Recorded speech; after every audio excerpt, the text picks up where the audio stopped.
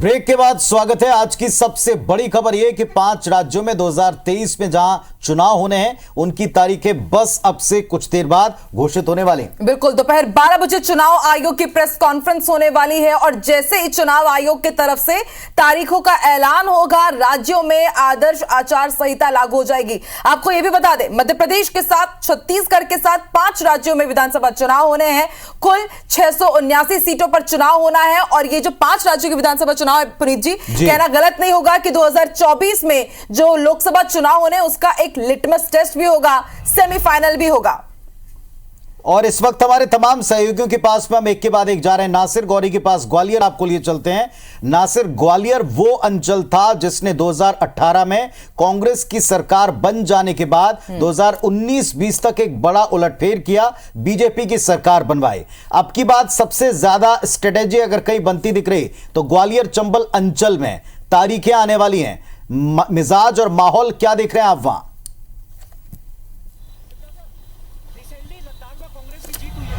देखिए, ग्वालियर चंबल संभाग बेहद अपनी अहमियत रखता है क्योंकि यहाँ कहा जाता है कि यहाँ पर जिस पार्टी सबसे ज़्यादा सीटें ले लेती है वो ही मध्य प्रदेश में सत्ता बना लेती है।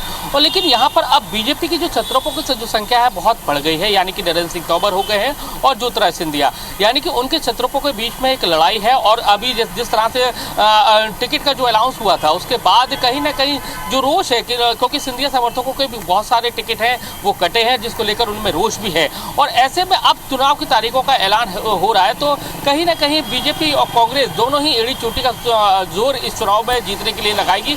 और लेकिन बीएसपी और आम आदमी पार्टी यहाँ पर कहीं ना कहीं जो कांग्रेस का वोट बैंक है उसको नुकसान करने की कोशिश करेंगी, क्योंकि हम देखते आते हैं कि जो पुराने आंकड़ों पर नजर डालें तो हमेशा जातिगत आंकड़े का कार्ड है वो बीएसपी यहाँ पर खेलती है। और जैसा कि 2018 में यहाँ पर बीएसपी को भिंड से एक सीट भी मिली थी और पहले भी मिलती रही है, कहीं ना कहीं कोई जातिगत कार्ड था उसके चलते। और लेकिन जिस तरह से 2018 में सवर्ण और SC/ST आंदोलन हुआ था, कहीं ना कहीं उसका फायदा कांग्रेस को हुआ था और इसके चलते बीजेपी 34 विधानसभा सीटों से केवल 7 सीटों पर सिमट कर रह गई थी। लेकिन उसने फिर बाद में उपचुनाव में 50-50 की स्थिति हो गई थी, यानी कि 17 सीटें कांग्रेस के पास है, 17 बीजेपी के पास है, 17 कांग्रेस के पास है। लेकिन अब बेहद मुकाबला रोचक है क्योंकि कांग्रेस और बीजेपी यानी कि नरेंद्र सिंह तोमर, ज्योतिरादित्य सिंधिया मैदान में डटे हुए लगातार कैंपेन कर रहे हैं। लेकिन खास बात यह कि नरेंद्र सिंह तोमर का जरूर दिमनी विधानसभा से टिकट का ऐलान हुआ है, लेकिन लगभग 10 दिन से ज्यादा का वक्त हो गया है, लेकिन वो अपने विधानसभा क्षेत्र में नहीं पहुंचे हैं। हालांकि मुरैना में घूम रहे हैं, ग्वालियर में घूम रहे हैं, इसके साथ ही श्योपुर में घूम रहे हैं, तो कहीं ना कहीं कोई मायने भी उनके निकाले जा रहे हैं कि आखिर ऐसी क्या वजह है कि उनका टिकट का अनाउंस हो चुका है कि वो दिमनी विधानसभा से चुनाव लड़ेंगे, लेकिन वो उस विधानसभा क्षेत्र में। तो अब की बार जो हम बार बार बात कह रहे हैं ये भी तय हो जाएगा, ज्योतिरादित्य सिंधिया का असर 2019-20 के बाद में अब कितना है, क्योंकि अब की बार एक तरफ तो यशोधराजे सिंधिया खुद ही बार बार कह रही कि मैं इलेक्शन नहीं लड़ना चाहती, सबका धन्यवाद दे चुकी हैं, एक तरह से गुड बाय कह दिया। लेकिन अब सिंधिया परिवार के बाकी सदस्यों का क्या होगा ये 23 में, उधर राजस्थान में भी, इधर मध्य प्रदेश में भी तय होना। ब्रजेश जैन के पास चलते हैं, निर्वाचन आयोग दफ्तर के बाहर वो खड़े हुए हैं, उनसे भी जानते हैं यहां क्या हलचल है। अब ब्रजेश आ रहे हैं आपके पास, लेकिन इस वक्त राजेश मिश्रा का रुख कर लेते हैं। पुनीत जी, बीजेपी ऑफिस के बाहर वो खड़े हैं और कुछ नेता मंत्री भी शायद उनके साथ मौजूद है। राजेश, क्या अपडेट आपके पास, कौन सा खास मेहमान है और उनसे जरा पूछिए, बस अब खुद से थोड़ी ही देर में चुनाव तारीखों का ऐलान हो जाएगा, उसके बाद किस तरह की तैयारियां?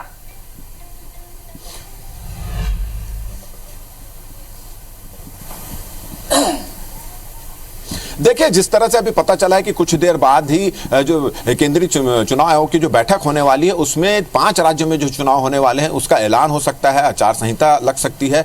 तो उसके बाद से भारतीय जनता पार्टी के कुशाभाऊ ठाकरे परिसर और एकात्म परिसर यहां पर हलचल शुरू हो चुकी है। अभी कुछ देर पहले ही अरुण साहू से हमारी बातचीत हुई है, उनका कहना है कि भारतीय जनता पार्टी चुनाव के लिए तैयार है और साथ ही साथ उन्होंने ये भी कहा कि पिछले दिनों जो परिवर्तन यात्रा निकली थी और जो सभाएं हो रही है राष्ट्रीय नेताओं की, उसमें जिस तरह से भीड़ आ रही है तो छत्तीसगढ़ की जो जनता है वो भय भ्रष्टाचार और घोटालों की सरकार से मुक्ति चाहती है, ऐसा उनका कहना है। तो मानसिक रूप से भारतीय जनता पार्टी इसके लिए तैयार है, मगर वहीं दूसरी ओर भारतीय जनता पार्टी सूची को लेकर भी उलझी हुई है। 21 प्रत्याशियों की सूची तो 1 महीना पहले जारी कर दी थी, मगर दूसरी सूची जो है उसको लेकर असमंजस की स्थिति यहां पर बनी हुई है। हमारे साथ भारतीय जनता पार्टी के प्रवक्ता वरिष्ठ नेता संजय श्रीवास्तव यहां मौजूद हैं। कुछ देर बाद ही 5 राज्यों में चुनाव का ऐलान कर दिया जाएगा, तारीखों की घोषणा हो जाएगी, आचार संहिता लग जाएगी।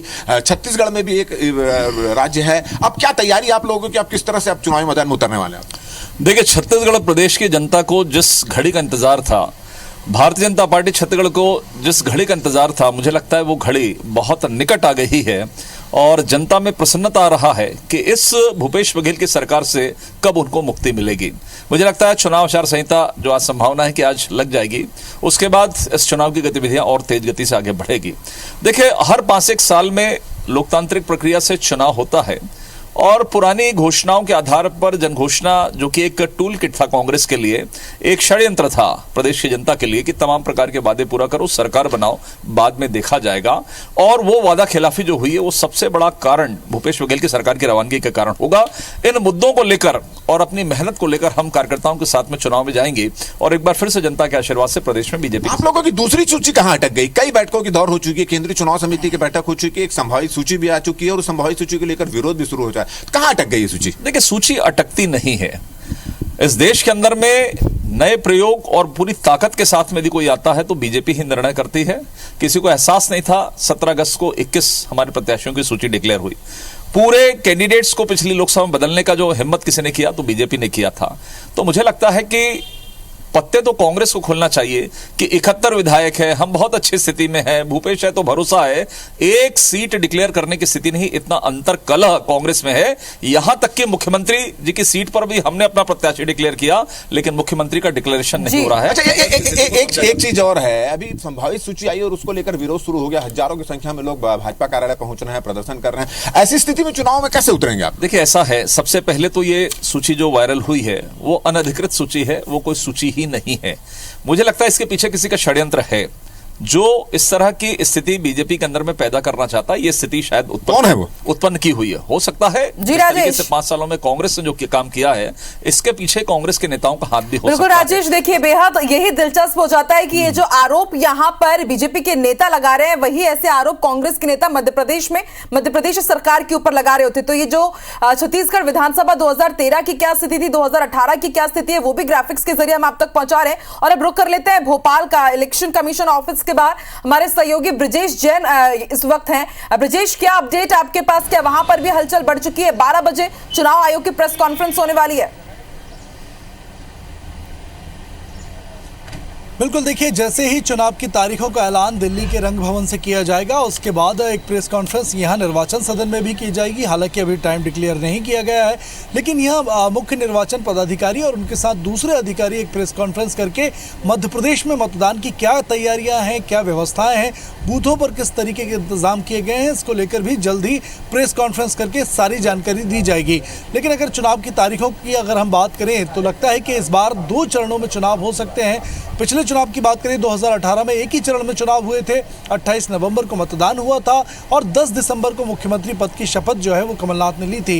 लेकिन इस बार माना जा रहा है कि 2 चरणों में चुनाव हो सकते हैं। देखना ये होगा कि क्या तारीख होती है, नवंबर के मिड में या नवंबर के लास्ट वीक में। जिस तरीके से पिछले बार 2018 में चुनाव हुए थे, मतदान किए गए थे, उसी तरीके से संभावना है कि मतदान की तारीखों का ऐलान होगा। लेकिन अब इंतजार खत्म होने वाला है और जल्द ही मतदान की तारीखें घोषित की जाएंगी।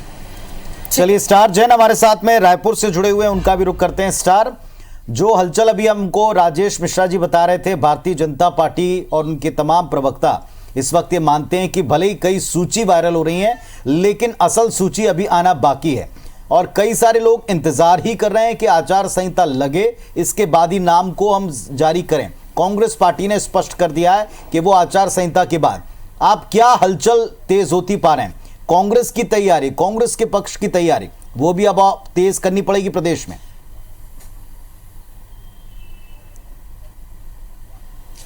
देखिए, आचार संहिता को लेकर जहां तक बात करें तो 12 बजे निर्वाचन आयोग की प्रेस कॉन्फ्रेंस होने जा रही है। थोड़ा सी पहले चुनाव के शेड्यूल पे हम फोकस करते हैं। यदि पिछले चुनाव की बात करें 2018 की, तो 6 अक्टूबर को आचार संहिता का घोषणा हुई थी और करीब करीब 16 तारीख से नामांकन की प्रक्रिया शुरू हो गई थी। और पहला फेज छत्तीसगढ़ की बात करें तो 2 चरणों में चुनाव रखा गया था, जो नक्सल इन्फेस्टेड एरियाज हैं उस पर, और उसके अलावा रेस्ट ऑफ द छत्तीसगढ़। और पहला चरण 12 नवंबर को था, दूसरा 20 नवंबर को। तो आचार संहिता से देखा जाए तो लगभग 38 दिन का समय रखा गया था और उस लिहाज से देखा जाए तो किसी भी वक्त चुनाव की घोषणा हो सकती है। आज जो तारीखें ऐलान होगी उसके बाद जरूरी नहीं है कि 38 दिन का समय दे, उससे भी कम समय मिल सकता है। तो ये कहीं ना कहीं चुनाव आयोग की तैयारियों की बात करें, जहाँ तक अब पार्टियों की बात करें, कांग्रेस की बात करें, तो ये मौजूदा रूलिंग पार्टी होने के नाते कांग्रेस के पास अब बड़ी चुनौती हो गई है, क्योंकि समय जैसा जैसा है कम होते जा रहा है। पिछले बार देखा गया कि 38 दिन का समय ही मिला था पहले फेज के हिसाब से देखा जाए तो, और इस बार देखा जाए तो हो सकता है उससे ज़्यादा समय मिले, तब कोई दिक्कत नहीं होगी। लेकिन यदि उससे कम का समय मिलता है, क्योंकि जो नियम कहता है कि चुनाव की अधिसूचना जारी होने के 14 दिन का समय मिनिमम मिलना चाहिए, और आज मॉडल कोड ऑफ कंडक्ट लागू हो जाती है, लेकिन चुनाव की अधिसूचना वो आने वाले समय में अलग से उसका शेड्यूल जारी होता है, उसके हिसाब से चुनाव की अधिसूचना जारी होती है। तो यदि समय कम मिलेगा तो कहीं ना कहीं सबसे ज़्यादा दिक्कत कांग्रेस को होगी, क्योंकि अभी तक कांग्रेस ने एक भी सूची जारी नहीं की है।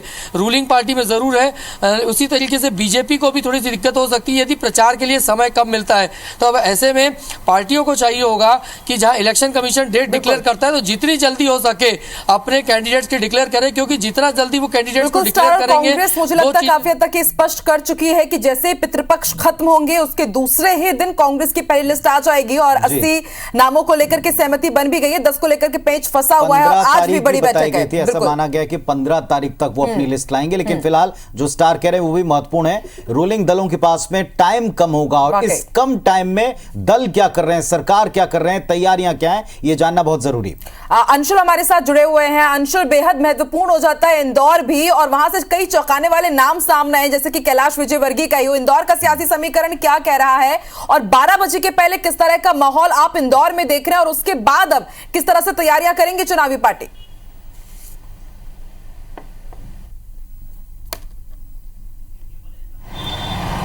जी बिल्कुल, आपको बता दूं कि मध्य प्रदेश में सत्ता का रास्ता जो है वो मालवा निमाड़ से निकल करके ही जाता है। 66 सीटों का पूरा गणित जो है वो मालवा निमाड़ का है, और यही कारण भी है कि जब राहुल गांधी अपनी यात्रा को लेकर मध्य प्रदेश में प्रवेश करते हैं तो वो निमाड़ से, बुरहानपुर से मध्य प्रदेश में प्रवेश करते हैं, और मालवा के आगर से ही वो बाहर निकलते हैं। इसके साथ ही अमित शाह जब अपनी पहली चुनावी रैली को संबोधित करने आते हैं तो वह भी इंदौर में आयोजित की जाती है, ताकि मालवा निमाड़ में एक बड़ा संदेश दिया जा सके। अगर 2013 के चुनाव की बात करें तो 66 सीटों में से यहाँ पर बीजेपी ने सबसे अधिक 56 सीटें जीती थी और प्रदेश में सत्ता बनाई थी, और उसके बाद 2018 के चुनाव में कांग्रेस ने यहाँ से 35 सीटें जीती थी, और उसके बाद प्रदेश में सत्ता कांग्रेस की बनी थी। तो यह साफ कहा जाता है कि जिसने मालवा निमाड़ पर कब्जा कर लिया प्रदेश में उसी की सत्ता बनती है, और यही कारण भी है कि मालवा निमाड़ जो है वह पूरी राजनीतिक और सत्ता के गलियारों का केंद्र भी माना गया है। और सबसे बड़ी हलचल जो है इसमें इस बार यह भी है कि क्योंकि भाजपा के राष्ट्रीय महासचिव कैलाश विजयवर्गीय जैसे दिग्गज नाम जो है वो इंदौर से मैदान में है, जो पार्टी ने केंद्रीय नेताओं को जिम्मेदारी दी है उसमें इंदौर में सबसे महत्वपूर्ण सीट मानी जा रही है, क्योंकि यहाँ से कैलाश विजयवर्गीय चुनाव लड़ रहे हैं। और जैसे ही प्रेस कॉन्फ्रेंस की घोषणा हुई है कि 12 बजे चुनाव आयोग जो है प्रेस कॉन्फ्रेंस करने जा रहा है, तो सभी नेताओं की नजरें जो हैं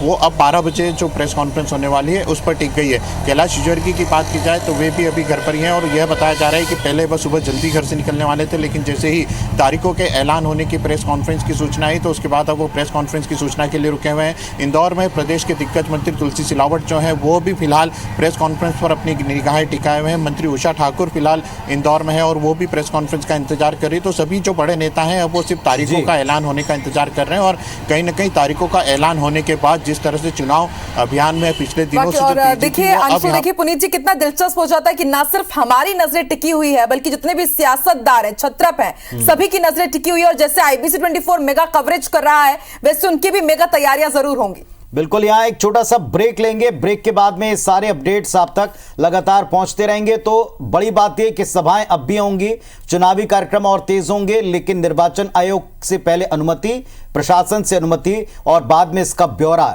इसका पूरा जानकारी वो भी देना पड़ेगा। तो लगातार अपडेट्स हम आपको देते रहेंगे। छोटा सा ब्रेक लेकर लौट कर आना है।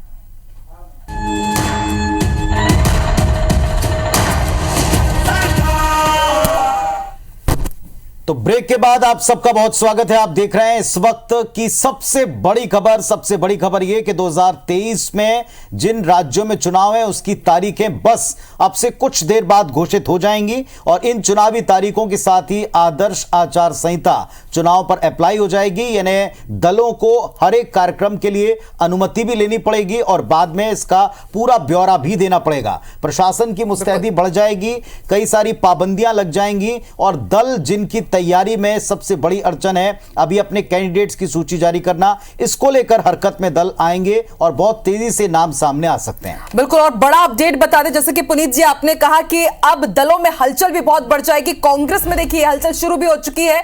राहुल गांधी और प्रियंका गांधी के नेतृत्व में एक बड़ी बैठक हो रही है, जिसमें सीएम भूपेश बघेल, उप मुख्यमंत्री टीएस सिंहदेव मौजूद है, मंत्री ताम्रध्वज साहू, प्रदेश प्रभारी कुमारी सैलजा इस बैठक में शामिल होंगे। सीडब्ल्यूसी की ये बैठक कल ही रायपुर से एक जो लिस्ट है कांग्रेस की संभावित, वो पहुंच चुकी है दिल्ली, और आज उस लिस्ट पर मंथन इस वक्त दिल्ली में जारी है। राहुल गांधी, प्रियंका गांधी इस बैठक में मौजूद है। तस्वीरें आपकी टीवी स्क्रीन पर है, और इसमें छत्तीसगढ़ की तरफ से CM Bhupesh Baghel, deputy CM TS Singhdeo मौजूद है, मंत्री ताम्रध्वज साहू, प्रदेश प्रभारी कुमारी सैलजा। और पुनीत जी, कल जो बैठक हुई थी रायपुर में, उसमें बताया जा रहा है कि 90 में से 80 सीटों पर तो मुहर लग चुकी है, लेकिन जो 10 सीटों पर पेच फंसा हुआ है, ये कई बड़ी सीटें रायपुर है, दुर्ग है, ये वो तमाम बड़े सीट है जिन पर पेच फंसा हुआ है, और दर्जन ऐसे विधायक हैं जिन्हें डेंजर जोन में मारा गया है, और इन्हीं संभावित सीट को लेकर के, नामों को लेकर के ये बैठक अभी चल रही है। बड़ी बात ये, जैसा भी आकांक्षा बता रही है कि क्या विधायकों के टिकट कटेंगे, क्या 10 से 13 विधायक माने गए हैं जिनके टिकट कट सकते हैं, यह भी एक बड़ी बात है। लेकिन चुनावी मुद्दों पर चर्चा के लिए इस वक्त एक बड़ी मीटिंग 2 बड़े नेताओं के सानिध्य में जारी है। दिल्ली में इस मीटिंग पर भी नजर है, और इस मीटिंग के जो तमाम दिग्गज नेता हैं उनकी नजर होगी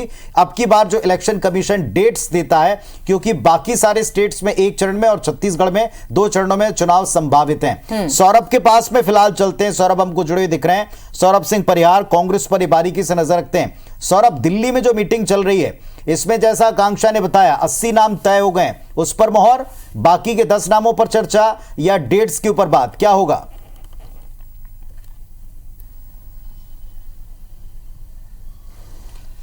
बिल्कुल, देखिए पुनीत, कांग्रेस वर्किंग कमेटी की बैठक शुरू हो गई है। मल्लिकार्जुन खड़गे के अध्यक्षता में ये बैठक हो रही है। सोनिया गांधी, राहुल गांधी, प्रियंका गांधी और सीडब्ल्यूसी के तमाम मेंबर मौजूद है। छत्तीसगढ़ से बात करें तो मुख्यमंत्री भूपेश बघेल, जो मंत्री ताम्रध्वज साहू हैं वो सीडब्ल्यूसी के मेंबर हैं, वो वहाँ मौजूद हैं। फूलो देवी नेताम जो राज्यसभा सदस्य है और सीडब्ल्यूसी में आती हैं, वो मौजूद हैं। और पूरी चर्चा जो है, जिस तरीके से देश में वर्तमान में भी राजनीतिक परिस्थिति है, उसको लेकर चर्चा हो रही है। और जैसे कुछ देर बाद जो है 5 राज्यों को लेकर जो चुनाव की घोषणा हो जाएगी, उस पर चर्चा होना है। छत्तीसगढ़ के परिप्रेक्ष्य में भी जो है कोई विशेष चर्चा नहीं होगी, लेकिन छत्तीसगढ़ के परिप्रेक्ष्य में चर्चा जरूर होनी है कि जहां पर चुनाव है तो वहां पर जो केंद्र सरकार लगातार अड़ंगे डाल रही है, जो आरोप कांग्रेस लगाती है, उस पर जरूर चर्चा होगी। उसके बाद जो है एक अलग से और बैठक होगी। और जैसे आप कह रहे हैं कि जो चुनाव को लेकर होगी, टिकट वितरण को लेकर होगी, तो टिकट वितरण की बैठक जो है वो बाद में है। अभी सीडब्ल्यूसी की बैठक जो है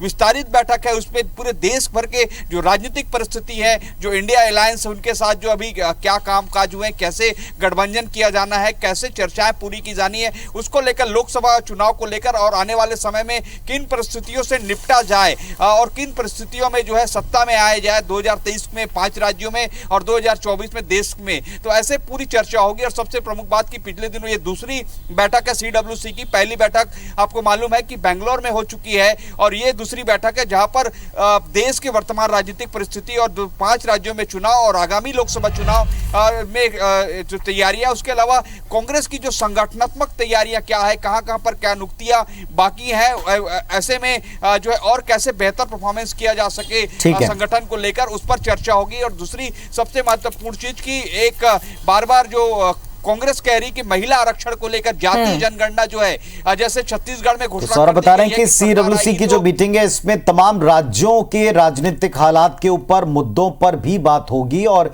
इसी को लेकर ये मीटिंग है जो शुरू हो चुकी है। लेकिन छत्तीसगढ़ के भी बड़े नेता शामिल हैं, और एक डिस्कशन कल यहां हुआ था, तो इसके बाद क्या आगे वहां इस पर बात होती है, इसका अपडेट हम लेते रहेंगे। फिलहाल भोपाल का भी हम रुक करें। आकांक्षा, विवेक हमारे साथ जुड़ चुके हैं। पुनीत जी, विवेक, क्या अपडेट है आपके पास? देखिए, अब सिर्फ 1 घंटे का समय बचा है, चुनाव आयोग की प्रेस कॉन्फ्रेंस होगी, चुनाव तारीखों का ऐलान हो जाएगा। लेकिन अगर विवेक बात की जाए मध्य प्रदेश की सियासी समीकरण पर, लगातार हम यहां पर विश्लेषण कर रहे हैं। 12 बजे से मेगा कवरेज आप IBC 24 पर ही देखेंगे, तमाम हमारे दर्शक देख रहे हैं मेगा कवरेज। लेकिन आपसे जरूर ये समझना चाहेंगे कि अब जब चुनावी तारीखों का ऐलान हो जाएगा, तो उसके बाद अब जो सियासी पारा है और भी हाई हो जाएगा। धुआंधार प्रचार प्रसार तो अभी हो ही रहा था, क्या अब और भी प्रचार प्रसार हम देखेंगे, सब दिग्गज जुट जाएंगे मैदान में? एक सवाल और जोड़ते हैं, चूंकि अब 1 घंटा बचा है आचार संहिता लगने में भी, क्या और कुछ शासकीय कार्य ऐसे हैं या ऐसी बड़ी घोषणाएं जो आपको लगता है इस 1 घंटे में भी हो सकती हैं?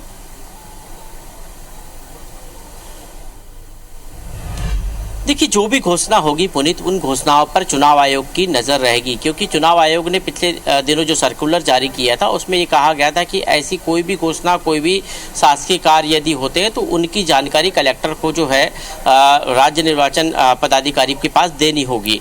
और ऐसे में कोई भी यदि घोषणा होती तो वो कहीं ना कहीं चुनाव आयोग की मॉनिटरिंग के दायरे में आएगी। दूसरी तरफ यदि हम सियासी समीकरण की बात करें तो मध्य प्रदेश बीजेपी पिछले कई दिनों से तैयारी में जुटी हुई थी मध्य प्रदेश के चुनाव को लेकर, और अब जो है पूरा केंद्र जो है वो बीजेपी हो जाएगा यदि आचार संहिता के बाद, क्योंकि आचार संहिता के पहले तक जो कार्य हो रहे थे वो सरकार के और सरकार मुख्यमंत्री के निर्देशन में जो कार्य हो रहे थे उनमें किसी प्रकार की कोई रोक टोक नहीं थी। लेकिन अब जैसे ही जो है आचार संहिता प्रभावी होगी, हर कार्य जो है सरकार का वो प्रशासन के जरिए जो है चुनाव आयोग की मॉनिटरिंग में होगा। ऐसे में भारतीय जनता पार्टी के हाथ में अब पूरी कमान आ जाएगी, चाहे वो प्रचार प्रसार की बात करे या फिर पार्टी के अन्य प्रोग्रामों की बात करे, मुख्यमंत्री के दौरे की बात करे या केंद्रीय मंत्रियों के दौरे की बात करे, स्टाफ प्रचारकों के दौरे की बात करे, ये तमाम जो गतिविधियां हैं भारतीय जनता पार्टी संगठन के हाथ में आ जाएगी। अभी मैं बीजेपी दफ्तर में मौजूद हूं और यहाँ पर अभी भूपेंद्र यादव जो केंद्रीय मंत्री है और मध्य प्रदेश के चुनाव प्रभारी है वो पहुंच चुके हैं और नेताओं के साथ बैठक कर रहे हैं, डिस्कस कर रहे हैं कार्यक्रमों को लेकर। चूंकि कुछ ही देर बाद घोषणा होनी है, ऐसे में वो उस विषय पर भी चर्चा कर रहे होंगे, संभावित क्या हो सकता है, क्या परिदृश्य हो सकता है। दूसरी तरफ यदि हम बात करें तो 2 से 3 दिन लगातार बीजेपी के तमाम दिग्गज नेताओं ने जो शेष बची हुई सीटें हैं उन पर अपना संभावित दावेदारों के नामों पर मंथन किया है, क्योंकि दिल्ली में केंद्रीय चुनाव समिति की बैठक किसी भी समय हो सकती है चुनाव तारीखों के ऐलान के बाद। और बीजेपी की ये तैयारी है कि बीजेपी चुनाव के पहले जो है प्रत्याशियों को, सभी प्रत्याशियों को मैदान में उतार दे, किसी प्रकार की कोई स्थिति ऐसी ना बने कि प्रत्याशियों को मौका नहीं मिले चुनाव प्रचार के लिए। बहुत ज़्यादा जो है जो मौके की जरूरत होती है वो मौका मिलना चाहिए। ऐसी स्थिति में बीजेपी अभी तक 79 प्रत्याशी घोषित कर चुकी है, लेकिन बचे जो शेष प्रत्याशी है वो भी जल्द घोषित करना चाहती है। इसको लेकर भी लगातार मंथन हो रहा है। तो चुनाव तारीख है, लेकिन बीजेपी संगठन जो है वो लगातार अपनी चुनावी तैयारियों को लेकर काफी चुस्त दुरुस्त है। और सबसे बड़ी बात है कि जो कहा जा रहा है कि मध्य प्रदेश में कांटे का मुकाबला है, और IBC 24 ने भी अपने सर्वे के माध्यम से ये बताने की कोशिश की थी दर्शकों को कि किस तरह मध्य प्रदेश में बीजेपी और कांग्रेस के बीच जो है, हालांकि हमने ये भी बताया था अपने दर्शकों को कि ये जो सर्वे किया गया था इसके बाद भी बड़ा वक्त है आचार संहिता लगने के बीच का और इसके बाद के माहौल का, और इसमें कई सारे परिवर्तन हो सकते हैं क्योंकि ये तब की परिस्थिति थी और हर पखवाड़े हालात बदल रहे हैं। मैं इस वक्त नवीन के पास में भोपाल आपको ले चलूंगा। नवीन, यहां कांग्रेस के बारे में थोड़ी बात आप करें। कांग्रेस की एक मीटिंग तो चल रही है दिल्ली में जिसमें तमाम CWC के नेता मौजूद हैं। कांग्रेस ने पहले ही तय किया था कि आचार संहिता के बाद ही हम अपनी लिस्ट जारी करेंगे। कमलनाथ जी ने भी कहा था 4-5 दिन अभी लग सकते हैं, ये शुक्रवार शनिवार की बात है। अब आपको क्या लग रहे हैं हालात, कब तक ये सूचियां लाएंगे या अभी और समय लेंगे विचार में?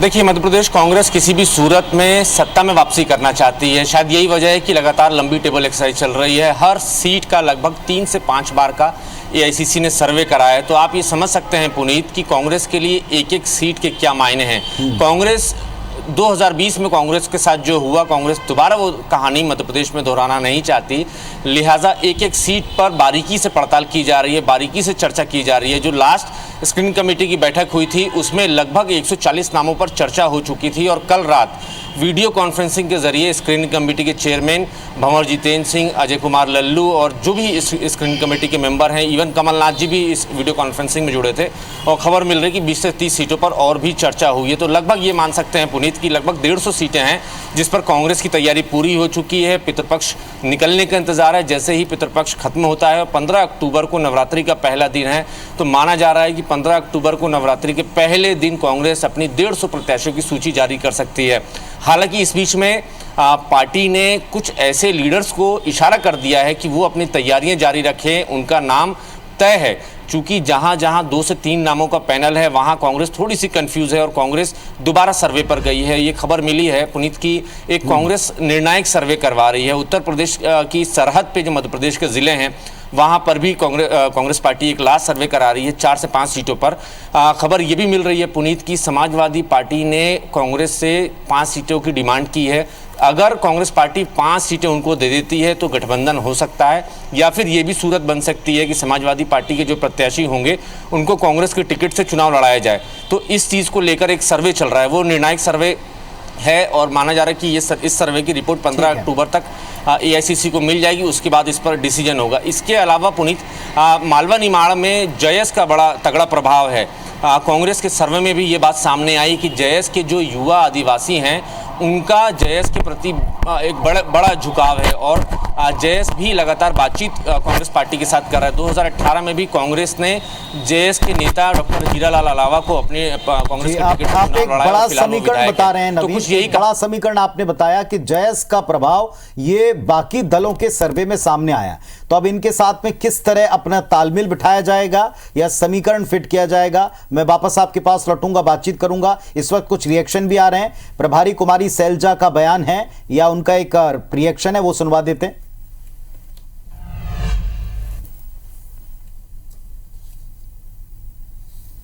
ने काम किया है। पिछली बार जो राहुल गांधी जी ने भरोसा दिलाया था, आज हमारी भरोसे की सरकार है। जो हमने कहा वो करके दिखाया और उससे ज़्यादा काम किया है और छत्तीसगढ़ के लोग कांग्रेस में विश्वास करते हैं। उन्होंने 15 साल का भारतीय जनता पार्टी का कुशासन देख रखा है और हमारी सरकार प्रचंड बहुमत से ज़रूर बनेगी। तो देखिए वही दावा जो कल भी प्रदेश प्रभारी कुमारी सैलजा ने किया था। उनका कहना था कि महिला मतदाता बढ़ी है छत्तीसगढ़ में क्योंकि हमने महिलाओं के लिए अच्छा काम किया है और महिलाओं का आशीर्वाद इस बार कांग्रेस के साथ एक बार फिर होगा। राजेश मिश्रा भी हमारे साथ जुड़े हुए हैं। राजेश, अभी हमने देखा कि किस तरह से कांग्रेस की लिस्ट को लेकर के हमने मध्य प्रदेश के समीकरण समझे, लेकिन बीजेपी की पहली लिस्ट आने के बाद दूसरी लिस्ट अटक गई। एक संभावित लिस्ट सोशल मीडिया पर वायरल होती है, उसके बाद हमने ये भी सुना कि कुछ लोगों को फटकार पड़ी और अब यह भी कहा जा रहा है कि फिर से सर्वे करवाया जाएगा क्योंकि जो यहां पर विरोध देखने को मिला उस लिस्ट के सामने आने के बाद, तो क्या वाकई उन संभावित सीटों पर जो संभावित उम्मीदवार के नाम सामने आए, एक सर्वे क्या फिर से होगा? क्योंकि आखिरी दौर तक भी अब देखिए चुनाव का तारीखों का ऐलान होने ही वाला है, लेकिन उसके पहले भी सर्वे लगातार जारी है। तो बीजेपी की दूसरी लिस्ट कब तक आएगी? क्या समझा जाए आचार संहिता जैसी लागू होगी लिस्ट भी आ जाएगी क्या?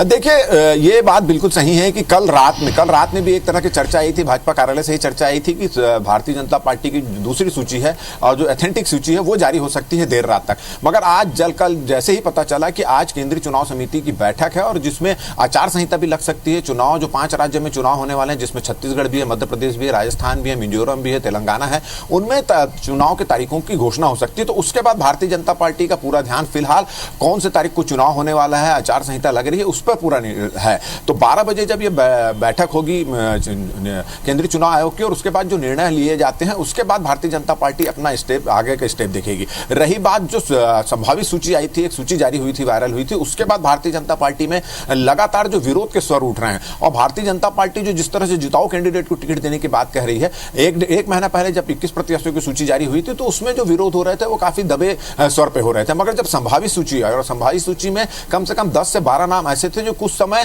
पहले ही भारतीय जनता पार्टी में प्रवेश किया, तो उसके बाद जो विद्रोह जो है, आक्रोश जो है वो फूट पड़ा और उसके पहले जो सूची जारी हुई थी उसको लेकर भी विरोध शुरू हो चुका है। तो भारतीय जनता पार्टी के पास फिलहाल पहले भी ये चुनौती है कि जो दूसरी सूची आने वाली है उस सूची में कम से कम विरोध हो और ज्यादा से ज्यादा लोगों को उसमें संतुष्ट किया जाए। उसको लेकर भारतीय जनता पार्टी की पिछले कुछ दिनों पर एक सवाल है राजेश जी, बैठकों का दौर चल रहा है। राजेश जी, एक सवाल है, क्या अब इतना वक्त है, जैसा आकांक्षा कह रही है और जैसा आपके पास में भी इनपुट्स होंगे, क्या इतना वक्त अब भारतीय जनता पार्टी के पास में बचा हुआ है?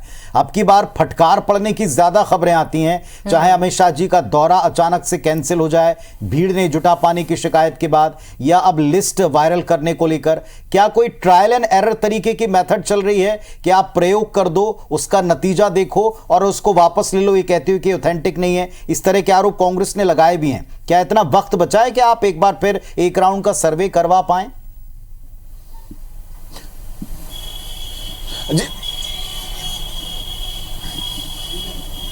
देखिए, सर्वे हो रहा है ये बात तो नहीं है, मगर मंथन जरूर चल रहा है। और जैसा आपने बोला कि बिल्कुल ऐसी ही चर्चा इस बात की है कि भारतीय जनता पार्टी के वरिष्ठ नेताओं ने जानबूझकर ये सूची जारी की ताकि लोगों का ओपिनियन, अपने कार्यकर्ताओं का ओपिनियन सामने में आ जाए। और बड़ा खतरनाक ओपिनियन सामने आया, हजारों की संख्या में लोग भारतीय जनता पार्टी के पहुंचे और उन्होंने जो संभावित सूची की जो प्रत्याशी के नाम सामने उसको लेकर विरोध जाहिर किया। और इसके साथ साथ जो 21 प्रत्याशी की जिसकी जुबान जिसका विरोध जो दबा हुआ था वो भी खुलकर सामने आने लगा। तो भारतीय जनता पार्टी के पास चुनौती है, मगर मंथन लगातार चल रहा है। और भारतीय जनता पार्टी जो बचे हुए प्रत्याशी हैं उनकी सूची जो लगभग फाइनल कर चुकी थी, उस पर फिर से एक बार विचार किया जा रहा है। एक बात और पुनीत मैं बताना चाहूंगा, भारतीय जनता पार्टी के नेता अक्सर ये कहते हैं कि केवल जिताऊ कैंडिडेट को टिकट देंगे, मगर जिस तरह से पहले 21 सूची जारी हुई और उसके बाद जो संभावित सूची सामने में आई, जो इसके बारे में कहा जा रहा है कि लगभग 80% ये सूची बिल्कुल सही थी, नाम लगभग फाइनल कर दिए गए थे, उसको लेकर जो बात सामने आई, तो जिताऊ कैंडिडेट जिसको भारतीय जनता पार्टी हाईकमान मान रहे हैं उसको कार्यकर्ता और जो स्थानीय नेता हैं वो कबूल नहीं कर पा रहे हैं। तो भारतीय जनता पार्टी के पास इस बार इस समय सबसे बड़ी, चलिए तो कह सकते हैं कि एक बड़ी अजब सी स्थिति है भारतीय जनता पार्टी की यहां विपक्ष में रहकर। हालांकि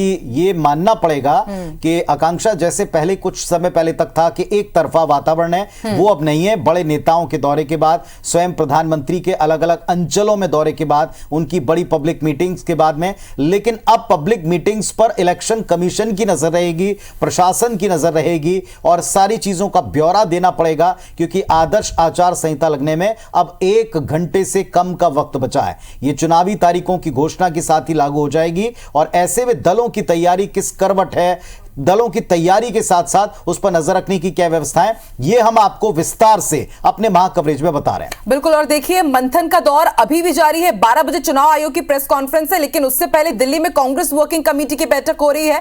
कांग्रेस के जितने भी दिग्गज नेता है, आला कमान है, वो भी बारीकी से नजर बनाए हुए हैं चुनाव आयोग की प्रेस कॉन्फ्रेंस में। चर्चा तो वहां पर हो ही रही है और इसके साथ ही बीजेपी की भी केंद्रीय चुनाव समिति की बैठक है, वो भी ये देख रहे हैं कि कब तारीखों का ऐलान होता है और उसके बाद किस तरह की तैयारियां उन्हें करनी है, किस तरह से चुनावी श्रृंखला तैयारियों में वो जुटेंगे। वक्त एक छोटे से ब्रेक का, बने रहिए हमारे साथ।